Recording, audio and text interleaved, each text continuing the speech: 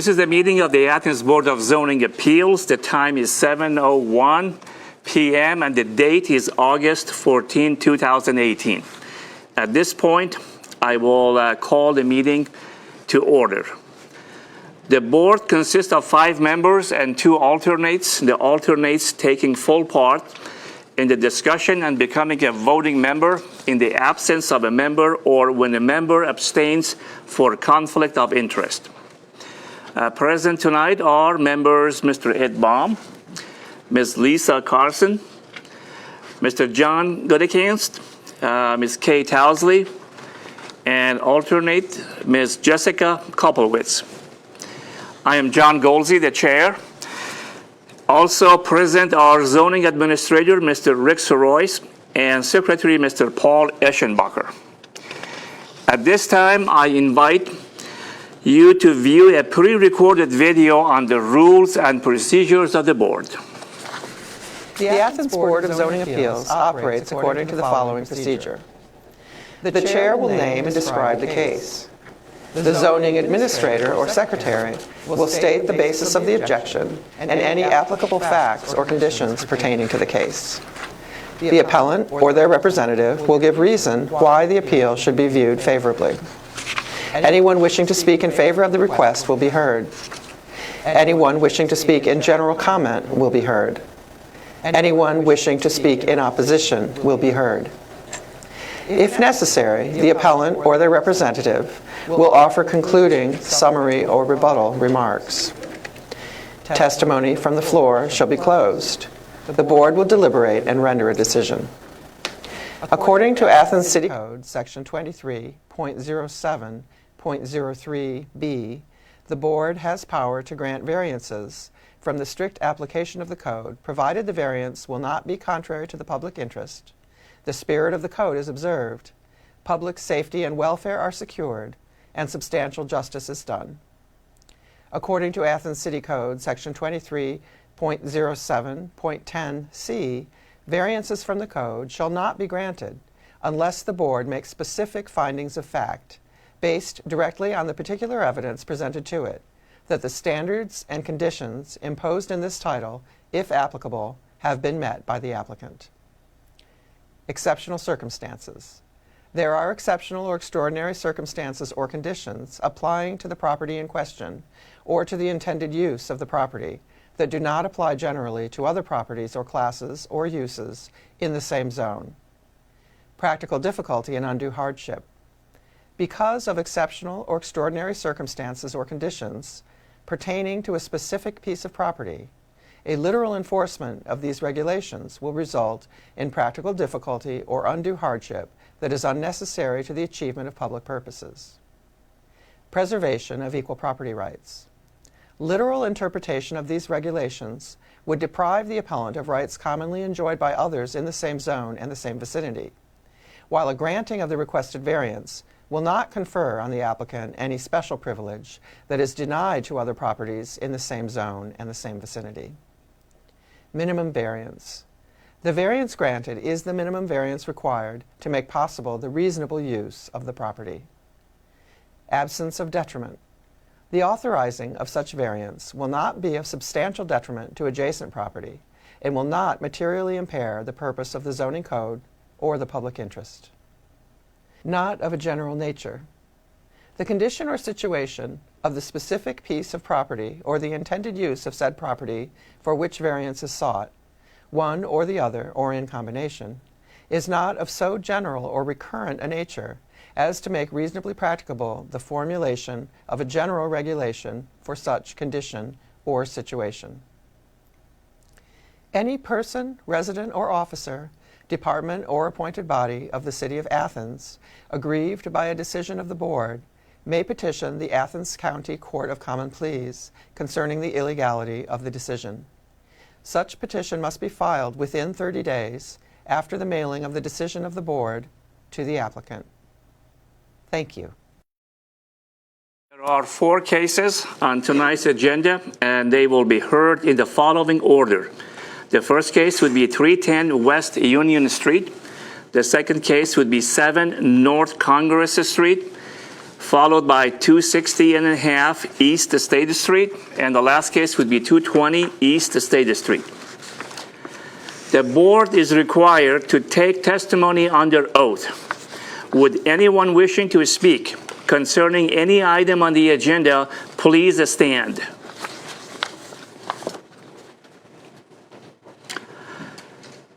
Do you swear or affirm that any testimony you will present to the board will be the truth, the whole truth, and nothing but the truth? Please be seated. Thank you.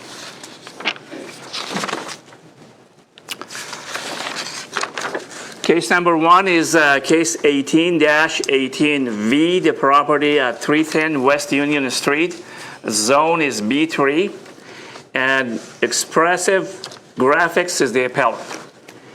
The appellant is requesting a variance from ACC 230313I1I to allow a wall-mounted sign with a left side setback of 30 feet or 30 inches, where 50 inches is the minimum requirement. Unless you have any comment, we're going to ask the appellant. Well, I just wanted to bring up, I think we talked about this during or after a meeting a couple months ago. This is the part of the sign ordinance where a wall sign has to be set back a minimum distance from the edge of the building, from both edges of the building. The formula they use is 10% of the width of the building. As I brought up a couple months ago, the way it's written, it's obviously set up for buildings that abut other buildings, so that the signs are not on top of each other. But I don't think that part of the sign ordinance takes into consideration buildings that are on their own, separate. So the idea that a sign would be butting up against the edge of the building there is not going to influence or do anything to any other nearby building. Yeah, okay. I saw a picture that potentially could be two signs for two different businesses. That's correct. Are you trying to keep them like equal size, or you That's don't? correct. Okay. Equal size and equal distance. Alrighty, would the appellant please come to the podium, and any person who comes to the podium, please sign your name. Also state your name and address for the records.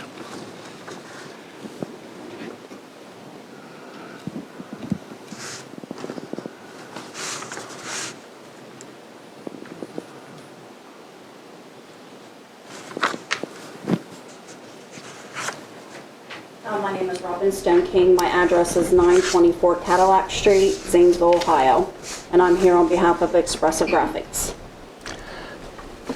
Would you like to add anything? Say anything? A client has requested that you do allow the variance of the 30 inches from the setback. And I also wanted to bring up something else. They had asked me.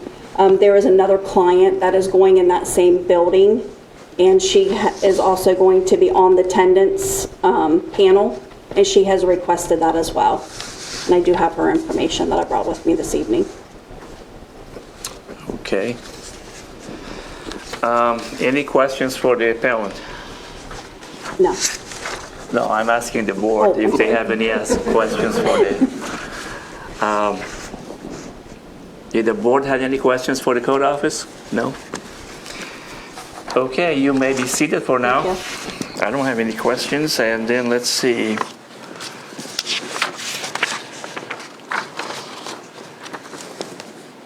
Is there anyone here wishing to speak in favor of this variance? Anyone wishing to speak in general commentary or in opposition? Okay, we're going to close the discussions from the floor. And unless there's any discussion, would somebody please make a motion? I move to request a variance from ACC 23.03.13 I1I to allow a wall-mounted sign with left side setback of 30 inches, where 50 inches is the minimum requirement. Second. To what property? 310 West Union Street, thank you. Zone B3. Mr. Eschenbacher, would you please remind us, all of us, we may have forgotten that, for making a motion, what do we need to do from I just suggested that probably the only thing that needs to be mentioned is the address. the address? Okay, Yeah. thank you. So we're just going to go with the address. Thank you. Excuse me, if I may, that this variance is just for the sign that, on the one side. Because We have Right. not received an application for the other No, we side. don't, yeah, we're not going to discuss that. All right. Just whatever is Just wanted to here. make it clear. Right. Okay, going through the findings, is there any exceptional circumstances here? Yeah, the building houses two side-by-side tenants. It's not the kind of, because Mr. Eschenbach explained, it's signs Okay. for one building, not buildings abutting each other. Okay, and what is the difficulty? What is the practical difficulty? Or is there a practical difficulty here? There's a space, a nice recessed space for the signs already, and if they Right can't above the use door. it, it's difficult. Okay. Preservation of equal property rights. Yes. Is this the minimum variance? Yes. Yes. Absence of detriment is not going to cause any major issues. And not of a general nature. All in favor of this variance, please raise your hand. Do I vote? I don't We got 5-0, and the lady at the end is not voting. She's an alternate member, so. Okay. Congratulations. Let's go to case number 2. Case 18-19V, the property at 7 North Congress Street. The zone is R3. And we have Michael Kreiders, RVC Architects, is the appellant. The appellant is requesting a conditional use permit under ACC 230403C3 for a residential healthcare facility, and a variance from ACC 2310 Table A, a schedule of bulk controls, to allow an addition to a building with a rear setback of 15 feet, 2.5 inches, where 40 feet is the minimum requirement.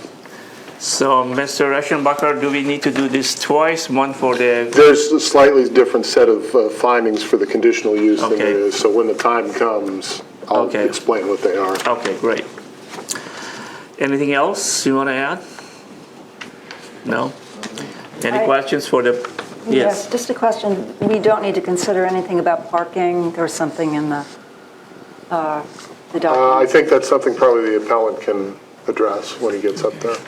Okay, but it's not written into the variance No. request as written. Yeah, I actually wasn't going to discuss it because it's not in our agenda, so, but we'll see what they have to say. It's not a part of it.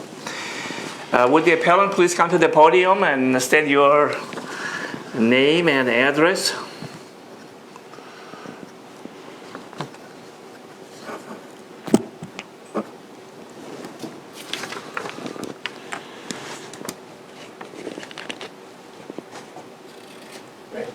My name is Mike Carruthers, and today we'll be talking about the requesting a variance for a rear setback where 40 feet is required. What they want to do is essentially extend their kitchen, and where they're looking to extend it, it's hidden pretty well behind landscape and shrubbery. We considered going out to the side, but because of the ADA ramp and the topography, we really can't go out to the side. It's somewhat impractical to go out the front, and then the other side we simply can't go that way. So the most logical way is to go in the back. And we're actually looking at a space that's kind of inset a little bit behind a retaining wall. So it really is hidden in the back. It would have very minimal impact and it's not going to be seen from the street, or it shouldn't bother any of the neighbors. The other thing I did want to bring up was the parking. With the deed restriction, my understanding based on their mortgage, they aren't able to do a deed restriction, but what they would like to do instead is possibly do a, say, a 20-year lease, because, and in lieu of doing a deed restriction. That would still meet the parking requirements, but it wouldn't create an issue for the mortgage. Okay, any questions for the appellant? How wide is that extension or the addition? It can't tell from the drawing. It says 10 by 11, I guess. 10 by 11? Yeah. Is it? Yes. Okay. Oh, I'm sorry, 110 square feet. So I'm just, how wide is the addition? And just how farther back will the house go? It's going to be about 5 feet, 5 feet? 5 or 6 feet. It's not very. It didn't not look very very big, large. but I just wondered. Yeah. So would this require another employee or two? What it'll do is it'll help better serve the group. Actually helps people who have mental illness, and by expanding, this will actually help them better serve people with mental illnesses. Right now, the kitchen's a little bit cramped, and it just needs to expand a little bit. Is this going to be connected in any way to that shed which is sitting outside? No. My intent is to not touch the shed. Okay. And the shed would be an accessory building, so it would not require the setbacks. That's my understanding now. Okay, any other questions for the appellant?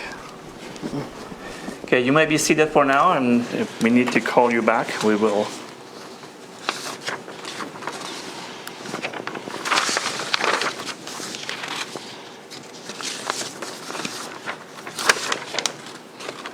Is there anyone here to speak in favor of the request? Okay, please come to the podium. And I believe you did swear to tell the truth and nothing the truth, but okay.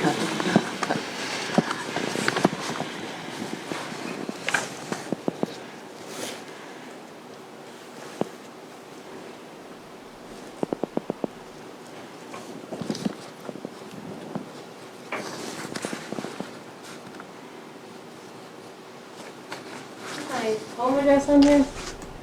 Pardon Do you me? need my home address on here? No, it's okay for Okay. now. We'll figure out something. Okay, so my name's Mary Kanier. And did you need any address? Yes, address. Like my home address? Somewhere we can find you. Okay. 7 North Congress Street, Athens, Ohio. I'm the executive director of The Gathering Place. The Gathering Place has been in Athens since 1976 at that location at 7 North Congress Street. In 1986, we actually purchased that property with revenue from the State Department of Mental Health. And we have been recently putting a lot of funds into just rehabbing and making the facility, keeping the facility up. It's a beautiful house. It's a really sound structure. It's just a beautiful Victorian house. But we've recently put $100,000 into our phase 1 project, new HVAC system, updated electrical work, new hardwood flooring. We've renovated 2 bathrooms recently. And so this is sort of phase 2 of using the facility to its best use. We provide 4 healthy meals per week for the clients that come to the, it's not residential, so I don't know if that was a confusion. I think that's on the agenda. But it's not a residential facility, it's a drop-in center. We're open 365 days a year. We do holiday meals, Christmas, Thanksgiving, etc. And so our kitchen is just a really important hub, teaching healthy meal preparation skills, working with our members on making healthy food choices. For instance, in the summer, we have gardening, and we've recently been making salsa and tomato sauce and preserving that for the winter time. And so I think this is a really wonderful reason to grant a variance for this particular code. I think that's all I have to say, but. Any questions for the appellant? You may be seated for now. Thank you. Is there anyone else who would like to speak on behalf of this variance? We have a real nice narrative from RVC that they have stated their case. There is a letter from Ms. Mary Neisser, Executive Director of Alcohol, Drug Addiction and Mental Health Service Board, that they have granted a $66,740 for the expansion of the facility, and a very detailed information of the grant. Is there anyone wishing to speak in general? Or in general, okay?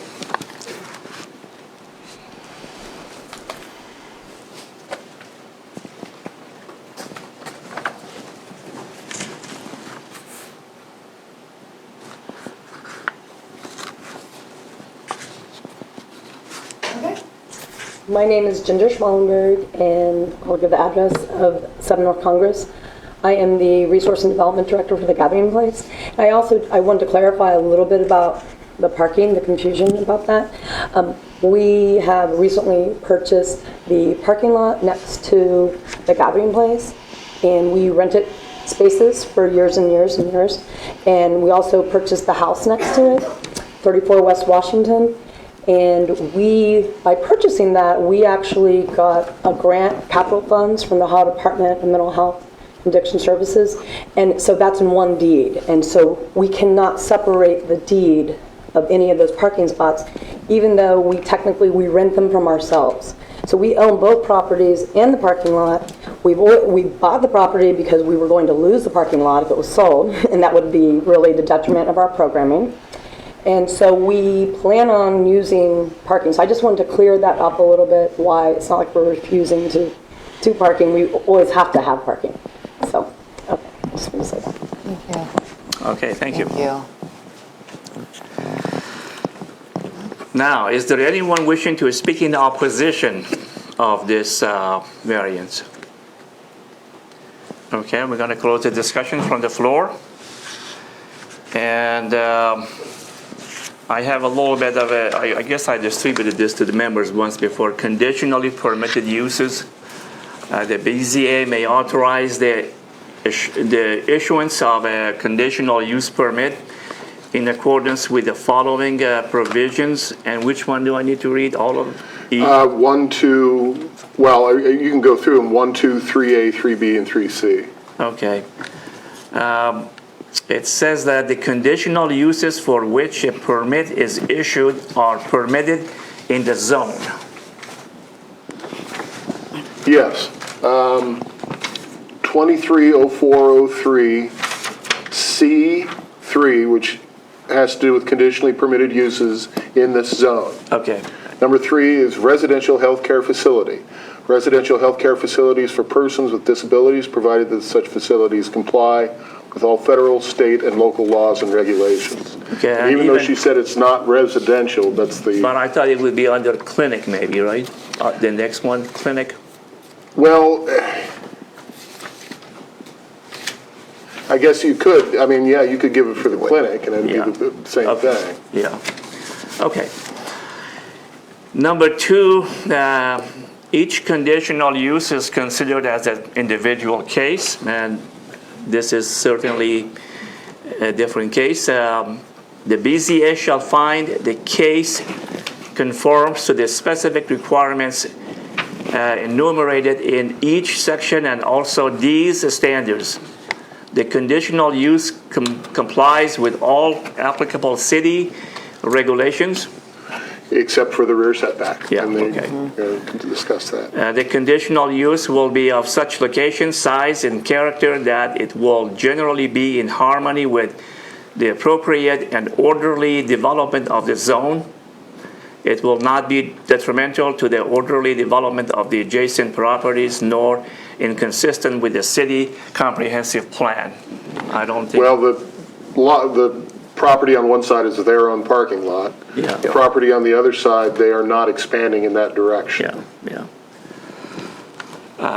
And the ingress and egress from the parking area is so designed as to cause minimum interference. I don't think there should be any problem with that. No, that's one entrance and exit. Right. Okay, that takes care of that one. So do we need to vote separately or just all in? Just vote on this first. Probably have to vote on the two. I think you have to vote on the conditional use separate first. Yes. Okay. Okay, Okay, would you like to? I'll make a motion. I move that the Board of Zoning Appeals grant a variance to the property at 7 North Congress Street. Conditional use? Conditional use under ACC 230403C3 for a residential healthcare facility. Oh, well, do you want to do healthcare facility or clinic? Well, I'm just reading what it says Okay. here. Well, I mean, I guess you could ask them if they mind having a conditional use for a clinic instead of a residential healthcare facility. Okay. I would say that the nature of Yeah. their business is more of a maybe clinic. People come and they leave. They're not staying because they didn't want to be classified as a residence. Okay. But a healthcare facility doesn't necessarily mean that they stay. Well, it has the Well, word but residential. clinics, the definition of clinic specifically says where patients are not usually lodged overnight. Yeah. So, but when you read that, instead of the last number being 3, it should be 4 for clinic. Okay. So, I'll accept that. okay. Okay, do we have a second? I say, Okay.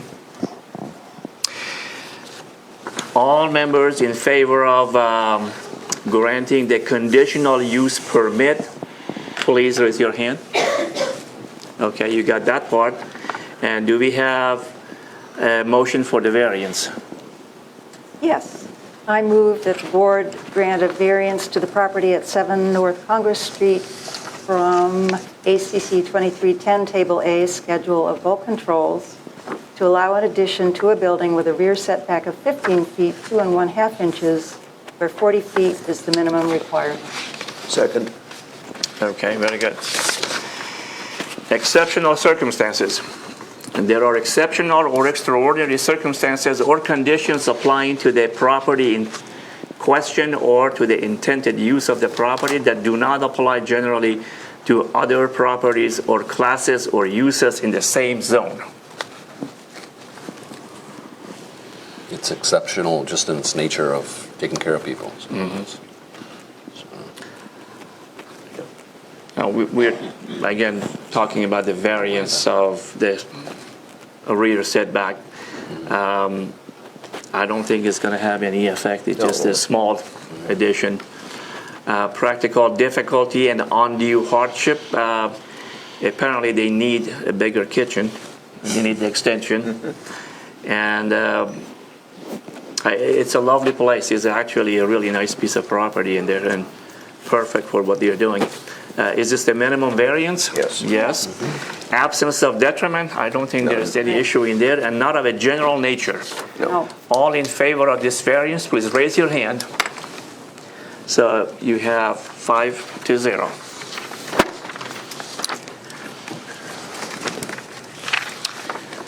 Case number 3 is case 18-20V. The property is at 260.5 East State Street. Zone is B1.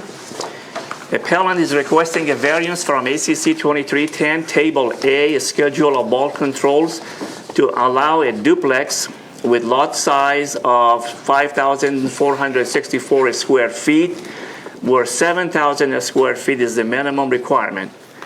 A right setback of 7 feet, where 8 feet is the minimum requirement, and the front yard setback of 17 feet, where 25 feet is the minimum requirement. And I have known Ms.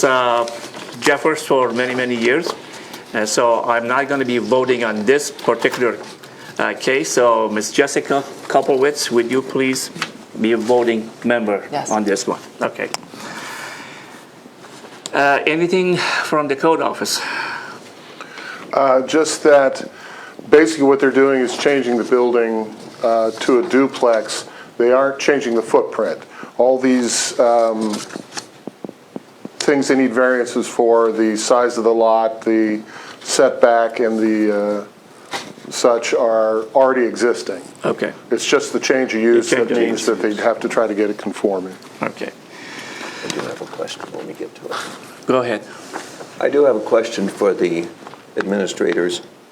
It says residential use, any use permitted and as regulated in the residential district adjoining the B1 zone.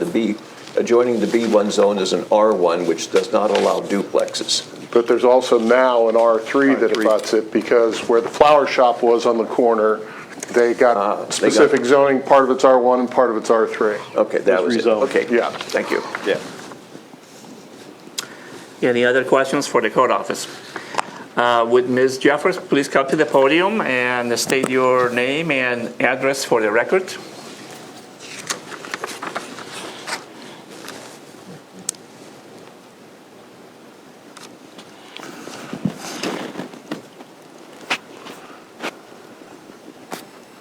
My name is Tina Jeffers, 8100 Williams. Speak up a little I'm bit. sorry. My name is Tina Jeffers, 8100 Williams Road, Athens, Ohio. You can state your case Okay. and why you need the variance.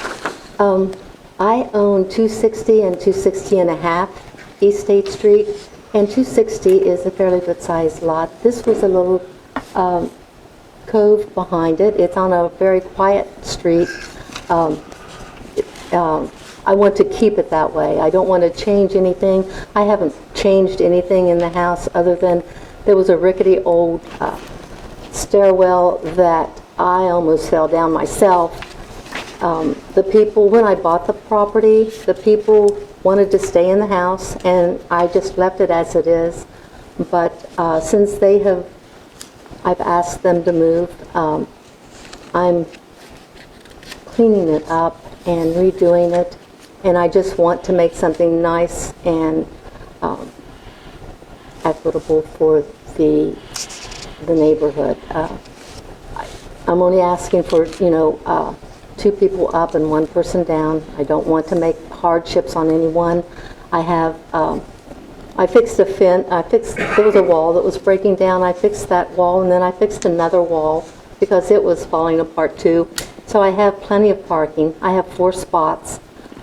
Should only need 3, but there's plenty there, and I may even be able to get more. But right now, I don't need it. Only for extra. That's because I feel that I don't want to cause a hardship on anybody. Mm-hmm. But when I took that stairwell out, it did make it difficult. It would cost money to put another one in, but I think that it would be easier with only 3 people in that unit. It would just serve the community better. And there is not a way to go from one unit to the other unit Not internally, right now. so that Yeah. is going to limit your for having a single location. Okay. Anything else? Well, 260 has quite a bit of ground and lot with it, so it isn't like it. And these 2 houses have been there. The one has been there since early 1900s. It's a beautiful old Victorian. It needs some work on the outside, but the inside I've completely. I didn't move any walls. I didn't move anything. I just cleaned things up and fixed things. And so it's just a really nice old house. And this one is nice now, too. Any questions for the appellant? So was the former tenant living in both, up and down, or were they just using the bottom for storage? They were using that stairwell, but it was one of those curly ones that was very, like I said, I was having to hold on both sides, and it was wiggling, and it was really dangerous. I'm surprised, that no one was hurt on it.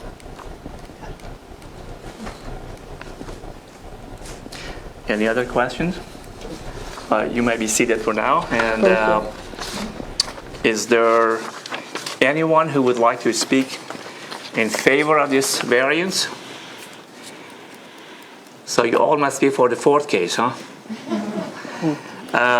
Anyone in general commentary or opposition? Okay, we're going to close the discussions from the floor. Unless there is any discussions on the board, would someone please make a motion?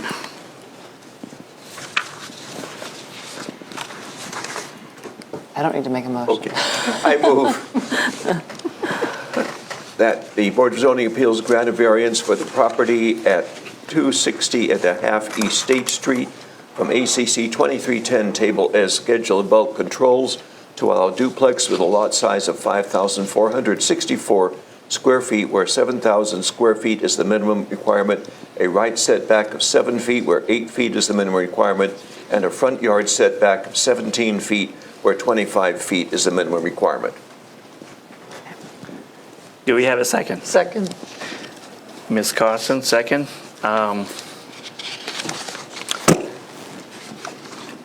What is exceptional circumstances?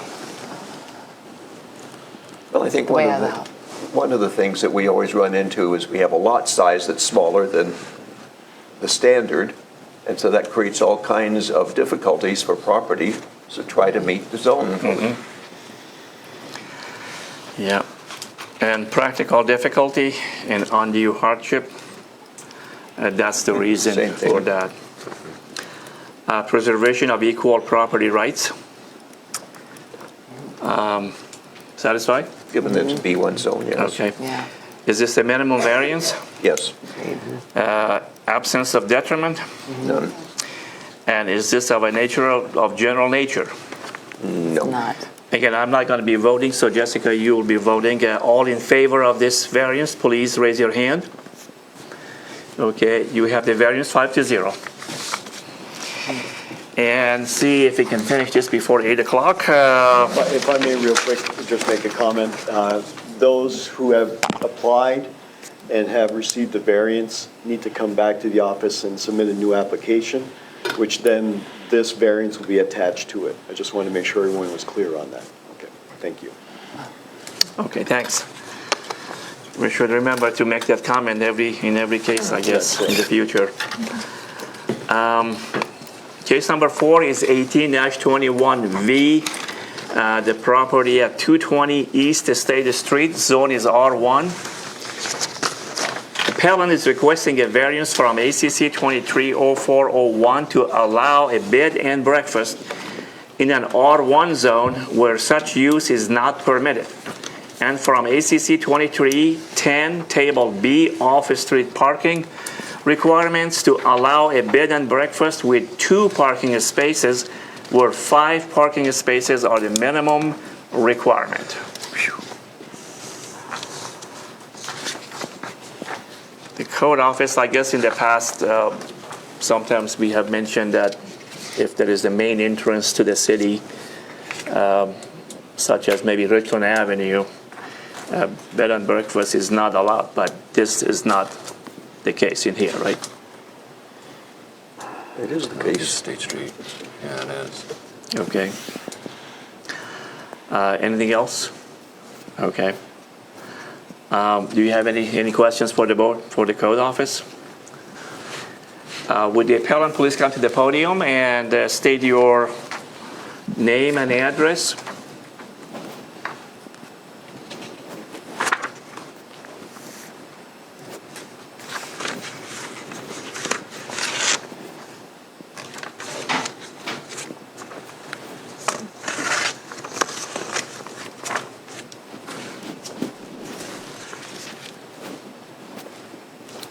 My name is Davis Kramer. I'm representing my family at 220 East State Street. I also brought some support documents. I was told I was able to bring it to the meeting, so is now a good time to bring it up to you guys? Yeah, could you please speak louder a little bit? Sure. Yeah. For those of us who are a little older. No, I speak on his behalf, so. Thank you. He's not older. Okay, I'm going to pass it from there, so there's only one copy. Okay. So we got one. That's what we got. Okay, go ahead. I also have sort of a statement to read, because I know this is a very touchy subject, the B&B and the R1, so just bear with me, please. But thank you all for going through my documents. I know it was pretty extensive, everything I sent over to you guys. I hope it was helpful in kind of understanding the vision that, you know, we have and the vision that my family has talked about for about 10 years. But when Grace Foster Hunter and her husband George were selling their house at 220 East State Street in 1997, they insisted on being present at every showing. When someone would be interested in buying, they would ask what they envisioned it for. And several of the people interested expressed that they would turn it into a part-time rental. The Hunters wanted to see their home taken care of and wouldn't sell to anyone who wanted to make it a student rental. Our family purchased a house in 1998. In 2006, my parents put it on the market in an attempt to downsize and ran into similar problems that the Hunters experienced. People were really interested in the house, but they wanted to rent it. One couple even said they wanted to buy it and let their 3 sons who were going to OU live in it. In good conscience, my parents didn't sell to them. So in the documents that I brought with me today, you can see I've spoken with several of my closest State Street and Elmwood neighbors about what we would like to do with our home. I spent at least an hour with each of them, walking them through the details of our vision and answering the questions that each of them had. The biggest concerns I heard were around parking, obviously, and how we intend to vet our guests and how we'll comply with the noise ordinance. As I detailed in my supporting documents to you guys, we plan to add more parking to the top of the property. We've got a pretty large yard, so we're able to accommodate that. But this will allow us to keep the green space of the side yard or the second lot that we have, and also able to group all of the parking together. It will be a requirement that anyone who wishes to stay in our home will provide a detailed description of who they are, who the people in their party are, and why they're in town. This is pretty standard. I stay at a lot of bed and breakfasts, and that's pretty standard of the people that I'm asking to stay at their home, just detailing exactly who's in my group and what we're doing there. We would also like to uphold an age requirement of at least 25 years old, similar to how car rental companies handle it. Since our home is a historic property, there will be a level of education required when people arrive. By greeting guests at the door, we can ensure that they understand not only how to operate some of the quirks of an older house, but also give us a chance to reinforce our seriousness about noise and about how this is a no-party house whatsoever. This is non-negotiable, and it'll be in the contract with them as well. There was another concern from our closest neighbor about the fact we wouldn't be on the premises while guests were at the house. While we will be living there during the week, on weekends we want to give our guests full range of the home without us being there. This is a more modern approach to a bed and breakfast, and we feel that with careful vetting and having cameras surrounding the property, as well as having a property manager in town to immediately address anything that comes up, we're able to grant this trust to our guests. Our neighbors' concerns are all valid. They're the same concerns we have as fellow East Side residents. We don't want to be a hindrance to our neighbors at all. We want this to be something that really contributes to the betterment of Athens and to our neighborhood community. I think the final point I'd like to make on this proposal is that nobody will care more about this at 220 East State Street than we will. We're only the second owners, so we know the history and the stories, and we're completely committed to protecting that historic integrity. Our goal is to be open and transparent, and that's why we've taken the time to talk to as many people as we possibly can, and why we're coming to you first. And we have conditions that we're holding ourselves to, including coming back and representing to you all maybe after a year to gauge feelings and expectations, and we really welcome additional thoughts from you all. And yeah, this is a vision we've shared as a family for about 10 years. We feel this is the greatest use of our home, not only in our historical preservation efforts, but something that supports our local community. And we really want to work to find solutions that work not just for us, but for our neighbors and everyone in Athens. So the way I understand, there are 5 rooms or 5 units of bedrooms that you could possibly at some point be renting to 5 individuals, I mean different individuals, right? Well, we only want to rent 3 bedrooms on the second floor. And, you know, having the third floor, there's another full bath on the third floor, so we think that that would be... Well, because the reason for 5 parking Right. is for 1 for each. Right, yes. Okay. I mean, we won't have any sleeping accommodations on the third floor, and if it makes everyone feel we can lock the third floor completely, since it's a separate floor. It really isn't a house to have, you know, packed to the brims with people. We're trying to kind of make it an elevated experience, so looking at just the 3 bedrooms, you know, we're not trying to pack it with as many people as possible, because it isn't that house. I have a question. Go ahead. Have you talked to City Council about allowing bed and breakfast on East State Street? I've spoken with some city council members. I mean, I think it was previously in the code that you could have a bed and breakfast on a major facing federal highway, including East State Street. But I think that was removed with the rewrite of the bed and breakfast code recently. But I mean, that's, you know, everyone I talk to feels it's a great idea, but it's an R1, so it's not allowed. I thought I heard something you mentioned about the parking. So did you say you're going to add, how many parking spaces do you have right now? We have 2. 2. So did you mention something about adding some? Yes.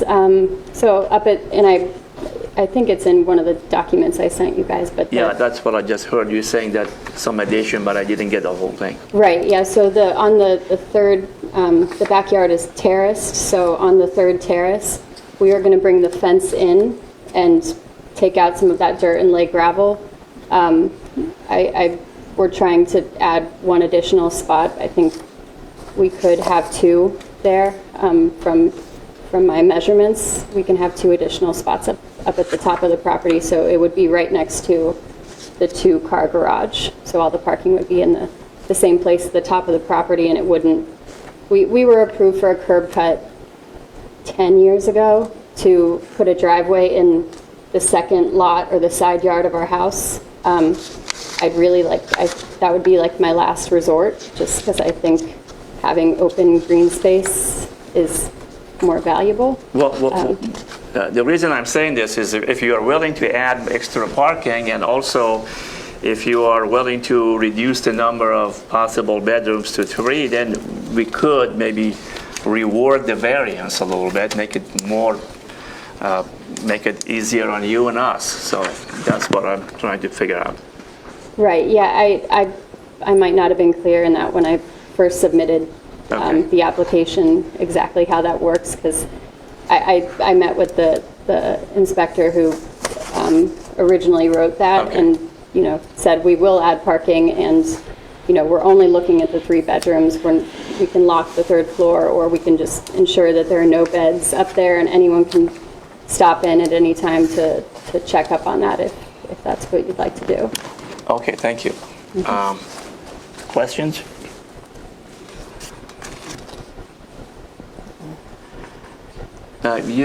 You may be seated for now. You probably may call you again.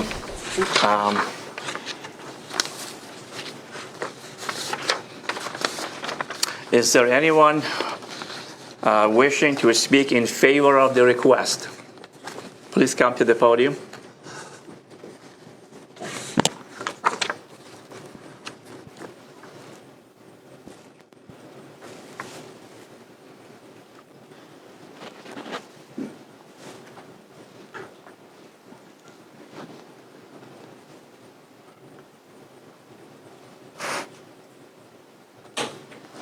is Joyce Mullins. I live at 47 Briarwood Drive. I have been a friend and supporter of the Kramers for many, many years. And I'm just going to read to you what I wrote in support of this effort. The Foster House Bed and Breakfast proposal is not only well-written, but has a thoughtful and pre-planned backbone. As a longtime resident of Athens, growing up in this lovely small city and raising a family here, I feel the need to express a growing concern. It is the growth of student rentals in our family neighborhoods. As we know, there seems to be little oversight of the upkeep and daily maintenance of these previously owned family dwellings.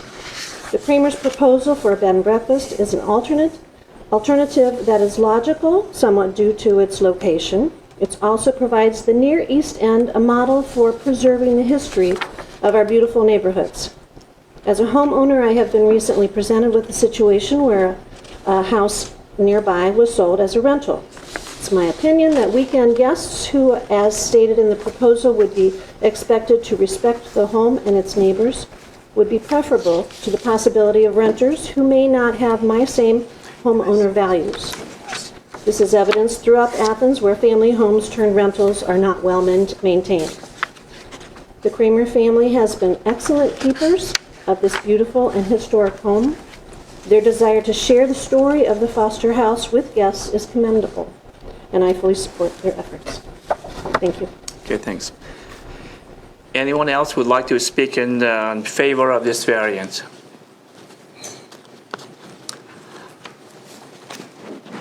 I guess since you came late, do you swear to tell the truth, the whole truth, and nothing but the truth? I do. Okay, please state your name and address for the...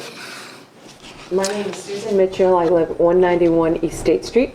So I live in the neighborhood. I'm across the street and a few doors toward Stimson Avenue.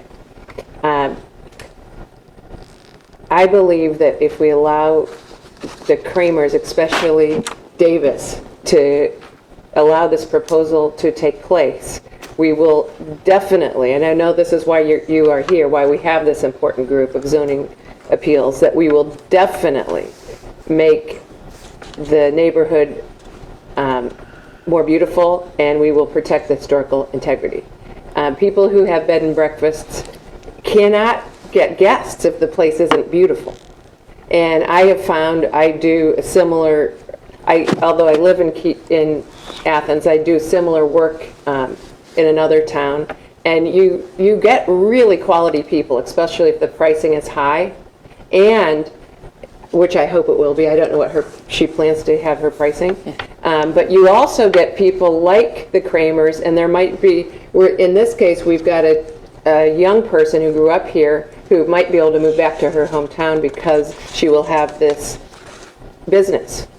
And we might find other elderly people or young people who can make their house a showcase because of the income that they can get from Parents' Weekend and other weekends where this town really needs good quality places for people to stay.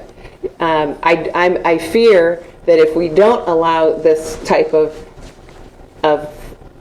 very small business to take place, we could lose the historic integrity of that block. And right now it is, if you drive from Stimson Avenue to Merkel, it's the historical integrity, a lot of the homes don't have it anymore. From Merkel up, we do. And I know we are allowing bed and breakfasts on Stimson and a few other places. I think we will keep the historical integrity of the block and maybe some of the ones that are gone right now if we allow this. And I think, why not?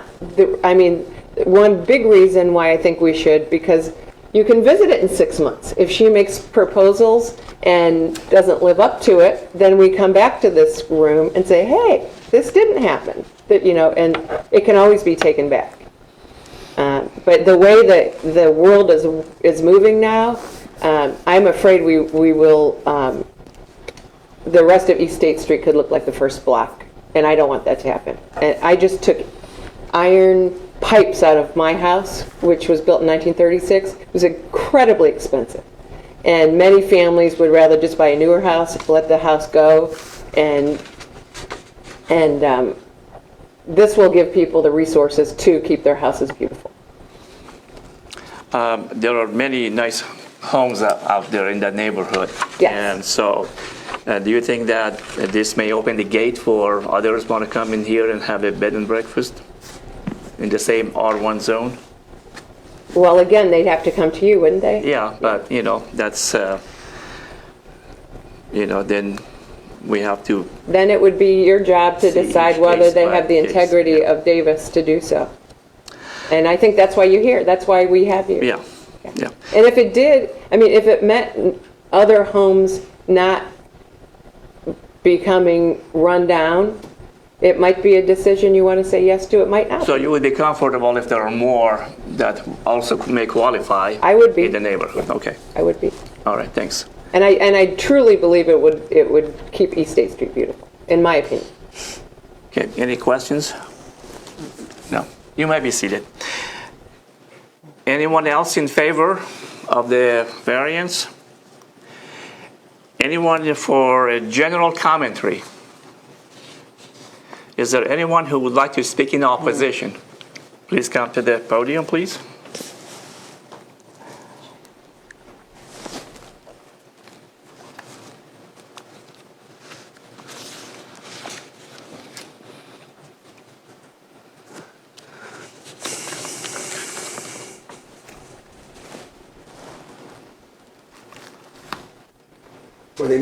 Excuse me.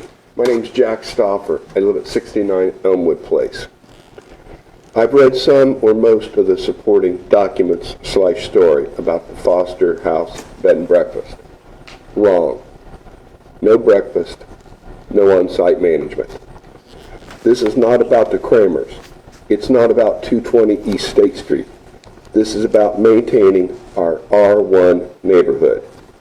A few years back, this same area was reduced from an R2 to an R1, I believe to control density.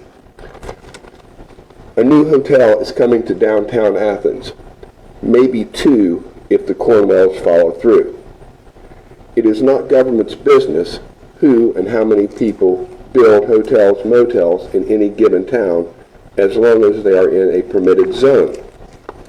If the market is out there for an additional hotel, someone will step forward and fill that market. I did not have time to research this fully, but when this came up a while back, it was discussed by council, I believe, anyway, a public forum.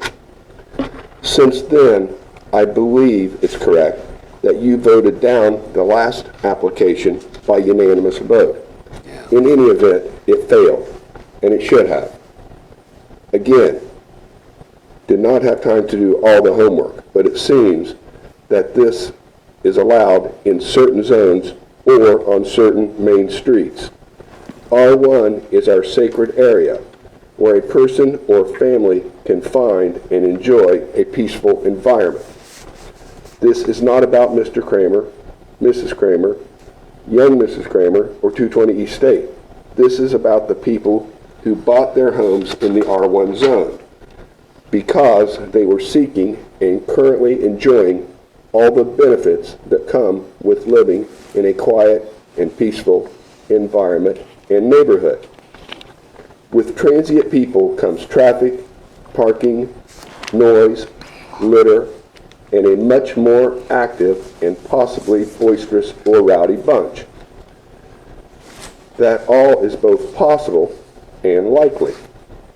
Those of us who bought property also bought a set of property rights that should be maintained. People expect what they paid for and don't expect or deserve to have their rights, property rights, taken from them, especially in an R1 for the gain of $1. That is what all B zones were designed for, while R1 zones are for the peaceful, quiet enjoyment of our property, our homes. We all have to acknowledge that hotels or bed and breakfast will create a late night crowd headed home, some drunk, some noisy. That is not why I paid a hefty price for a quality location in an R1 zone. Also, aside from a taking of property rights from all existing R1 residents, you would open a different can of worms, which include the following. You would be allowing people to sleep in homes, many older, with older infrastructure, where there is no fire protection, as they would have in any and all modern hotels. Handicap accessibility is another issue. Also, the city, even according to their own admission, has a code office that is currently understaffed and overworked. How would any enforcement be done? The appellant makes a good professional presentation, but it's a presentation, and in spite of their intentions, any number of unfortunate circumstances and situations can happen. Also, once you let this happen one time, the floodgates may open. I know some people think this board sets a precedent, some people do not. But in any event, this may open the floodgates. That's not why I spent a lot of money for a nice house in an R1 neighborhood. I live on a nice street that's quiet and has as many on the Near East Side do. And more likely than not, this, because of its proximity to downtown, will be the most greatly affected neighborhood, driving down both quality of life and property values, as I believe no one wants to live next door to a hotel, whether it's large or small. As a side note or asterisk, there are more than likely, even at this time, people doing this and avoiding the system and the tax system. How and or who can control the taxes not being currently collected? It would not surprise me if you ask your own elected officials that they are aware of or suspicious of people that are avoiding the system at this time. This is not a permitted use and not a good idea. R1 is a sacred environment. Thank you. Thank you. Anyone else would wish to speak in opposition? Please come to the podium.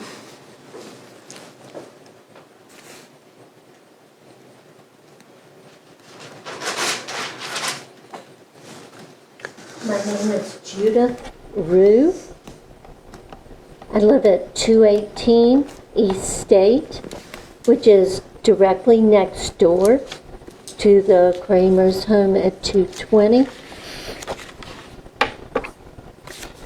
And I spoke with Davis Kramer. She asked me to come over and talk with her about 10 days ago, gave me the brochure that probably you have too, and really went through some things that she thought were important for me to know. I read that more carefully after I left, and I had some serious concerns. She asked me to write a letter of support, and I told her that I could not, nor could I come and support turning the house into a bed and breakfast. And to be totally upfront with her, I called her several days ago and spent about an hour on the phone going through, piece by piece, my concerns about this proposal and about its viability.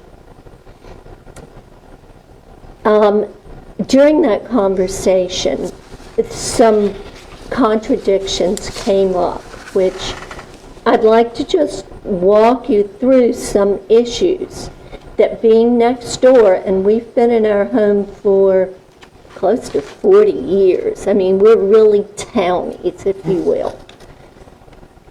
But concerns that I have, because our house is only 6 years newer than the Kramer's home. So we're faced with constant upkeep too.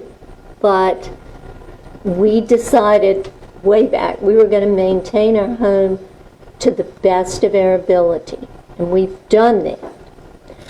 So in the proposal, it's certainly parking is an issue, because parking is an issue along the whole stretch of East State Street. Now, having someone come and mark the tires has cut down on some of the students parking there and leaving cars, which used to happen. But we still have parking congestion. We don't have a driveway, so we're forced to park on the street. That has its ups and downs, I'll tell you, but that's not what this is about. In the proposal, Davis says that this house will be used as a bed and breakfast only on the weekends. However, when I was concerned, and I certainly was, about the lack of supervision on the weekends, she also disclosed that her parents would only be living in the house until approximately December, when they intended to move to a newer home they've bought or an older home they've restored. So there would be basically no one in the house during the week unless it was rented too, which contradicted only renting it on the weekends. So now, is it rented during the week and the weekend and just cleaned, but otherwise an empty house? That would be a real concern for us, because it's very difficult to supervise people coming and going from a house next to your property. Not that it's our job to supervise them, but if it's loud, who calls the police? Who calls the Kramers? We're the people who are most intimately faced with this. Now, certainly the fact that people will come and stay without supervision is a concern. Also, my concern too extends to safety. There's a pool in the backyard adjacent to the area that they want to add parking to. And that pool is accessible from basically 2 complete sides of the house. And even though they say in here that no one will be allowed to use the pool, there's no way to keep anyone from being able to walk back there, remove the pool cover, and be in the pool. The pool is not locked. It's not totally fenced off. It's a concern about safety, particularly if you're going to run a bed and breakfast. You don't want people drowning in the pool. And so we have safety concerns about that. We have concerns about the house not being occupied or not being supervised, or both. And while I really would like to be a good neighbor and go along with what is requested of me, my concerns are paramount in this. So I appreciate the opportunity to speak to you about those. If you have any questions for me. Well, since you're next door, and if this variance is denied, would you be having any concerns if this becomes a rental, maybe a residential, a family rental, or a student rental maybe? That's sort of the implicit threat that if the bed and breakfast doesn't work, then it will be put on the market and sold to whomever. Of course, we don't want more rentals. Yeah, okay. Who does? But if that's the threat, then everybody has that threat. That instead of saying, yes, we want to sell it to a family and selling it, that they can sell it to someone who will make it a rental. And there are plenty of people in town. But I don't know that the threat, the implicit threat of that, is worth my saying, oh, that's fine, make it a bed and breakfast. So is it a catch-22 to some degree. There's also the possibility that someone would buy this beautiful home and want to live in it. Any questions? Well, thank you very much. Thank you. Anyone else in opposition? Okay, the appellant, now you have a chance to come and rebuttal the discussion that went on.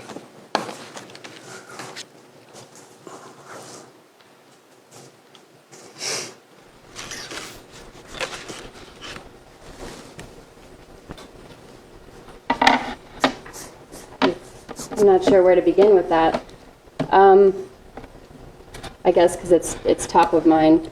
I restored our pool this year for the first time in 12 years, maybe longer. It's not wide open. We are grandfathered in to where we don't have to have a fence directly around the pool, but there is a fence up there, and there is a pool cover that you can't open unless you have a certain tool. So it's not just wide open for anyone to walk in. We've also discussed it, if this goes through, that we'd put a gate up there as well. I think that my parents do have another property that they're working on. My younger brother is in hospitality. He works at the Hyatt in Columbus. We have a lot of discussions about this. Again, we've been talking about this for 10 years. So if this were a possibility of something that we could do, you know, our worlds change. I've talked about moving back to Athens. My brother has as well. He looks for really any excuse to come back. So the fact that we would have someone not living there, you can't leave a house like that just empty. It's too much maintenance, too many things break. It's a lot. So we're not abandoning this house by any means. It's actually the opposite, that, you know, we want to generate some type of revenue in order to restore it. There's, the list of, you know, just like anyone who owns a home has an older home, the list is a mile long of the things that we need to do to fix the property, to get it up to code. I've spoken with several people about the electric and, you know, the fire concern. It is accessible, though, from the back of the house to Jack's point. And just to also clarify, there's not a threat from us about, if you don't go along with this, we're going to turn it into student housing. Anyone in any neighborhood can have a student rental. There's nothing really against it. It's three unrelated people. So anyone, even in the R1, even in the beautiful historic district that we're located, can do this. We don't want that. None of our neighbors want that. That's why I have so much support, that this is something that we're trying to do that beautifies our property, beautifies the area, and it's coming from a good place. It's not coming from, you know, trying to, you know, our livelihoods don't depend on making money from this. We're just trying to create something in Athens that matters and stands the test of time, and it's coming from a genuine, honest place. But we also want to have an open forum with all of our neighbors. That's been a big, you know, as I go around and I talk to everyone, I really press on that, you know, we have regular check-ins, and not in the sense of I'm leaning on my neighbors to call us when there's an issue. We've talked about different ways, different things we can put in place to make sure that we're checking in, you know, for those big weekends, homecoming, whatever, if we decide to rent those weekends, which is still debatable, but, you know, it is a historic home. We will have cameras and be able to check in that way. We also have a property manager, or in discussion with someone who would be able to stop in and just check up on things. We're trying to do it the right way, and No, I'm sorry, I don't want to be interrupting you, but I just thought maybe if you want to address the concerns of the two people who said this is an R1 zone, and one next door neighbor who was concerned about, if you could address those issues, because we have heard the rest of it before. right. Okay. So I've addressed them Okay. in terms of the pool and the safety and those kinds of things. Okay. And we will. There will always there will be someone that lives there. Yeah. Okay. That's all. Any comments? I have a question. Yeah. Have you applied for historic place in Ohio with the commission that does that or anything like that? Making your house a historic. Well, it's already in the historic district of Athens. I have looked into it in terms of making our house, like specifically, I guess, a landmark in that database. But I was kind of told by people I met with on city council that because it's in that historic district, it's already considered as a historic property. One other thing to note, when I originally was meeting with people to talk about this, I was kind of given two different directions in terms of you can go for a variance for an R1 or you can go for rezoning. We opted out of the rezoning because if we did sell the property later down the line, if it's zoned as commercial or in a B zone or something like that, you could rip down the house, put up apartments, put a parking lot in that side lot, and there's nothing we can do about it. So this seemed like the better way to go. Okay, thank you. You may be seated. Also, Mr. Reschenbacher, some material just came in, which I will give them to you after the meeting to put in the records. There is a shared mission and what they want to accomplish. And there are 1, 2, 8, 9, 10, 11, 12, 13, 13 people have signed in favor of this variance. There are, in addition, 3 letters that are in supporting the variance. So these will go in the records. Okay, folks, are we ready to make a motion, or do you want to discuss further? Did you close? We had the last B&B that we had in here the last time. Yeah. It came up that city council is the one who makes the laws. Yes. To get them changed. And that was our discussion before about that. And Precisely. it's a really tough decision. Well, this is an R1 zone again. Like I said, we look at each case individually, but I'm afraid that we're going to just have more coming in. And we shouldn't be the body that could make that decision. As you said, I'd rather city council take care of that. Let's make a motion and then we go through the findings in more detail. I'm sorry, did you have a question? I just wondered if you closed the floor to discussion or... Oh, yeah. The discussion from the floor is closed, so No, if you want unless to we invite ask any you a further question, comment. yeah. Okay. Thank you. So that you get to do the variance. variance since you started. I move to grant a variance to the property at 220 East State Street from Athens City Code 230401 to allow a bed and breakfast in an R1 zone where such use is not permitted, and from ACC 2310 Table B off-street parking requirements to allow a bed and breakfast with 2 parking spaces where 5 parking spaces are the minimum requirement. Do we have a second? Okay, So second. now I have a question about my own motion. So her plan to put in additional parking, that's just, right now, it's just a question of the 2 spaces? Yeah. Okay. You could make it 3. Oh, I don't know. Then it comes to the closing of the second floor, and I don't know how that is done. So I think we should go stick with whatever we have at the time. Okay. They could always change it. That's my opinion. You still want a second? Okay.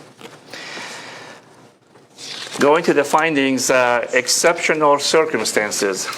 Is there any exceptional circumstances that apply to this piece of property?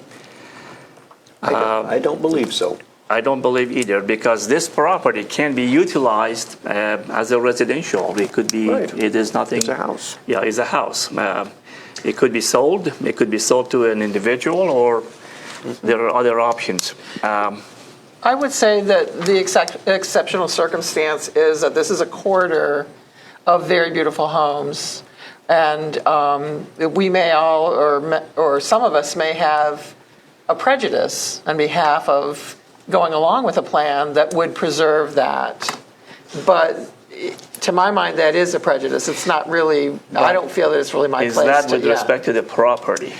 Yeah. Because we know how people feel about things, but is this the property? This goes forever with this piece of property.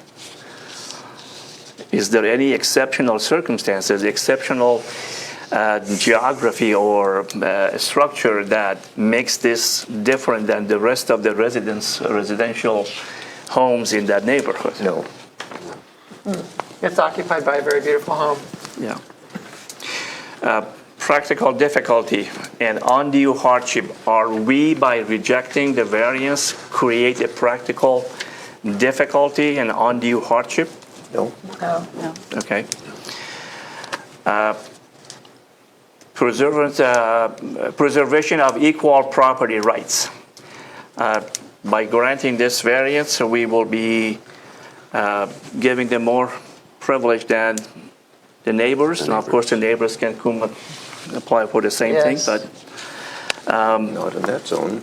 is this minimum variance with respect to the R1 and also the parking situation? I would not call it minimum. No. Absence of detriment with two people who testified in here, and especially one next door neighbor. Apparently, it is some detriment to their neighborhood and not of a general nature.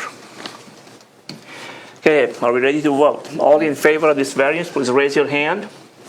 All opposed? I'm sorry, you don't have the variance. 5-0. Well done. Okay, let's say the last item on the agenda is disposition of minutes from July 10, 2018 minutes. Did you have a comment on the minutes of last, or was it someone else? Okay. You want to make a motion? I move to approve the minutes of July 10th, 2018. Do we have a second? I was here. We have a second. All in favor of approving the minutes of July 10, please raise your hand. Okay. And then you were not here. Yeah, okay. Well, the meeting is adjourned. Okay. Thank you. Thank you, Jim. Good for you. Thanks.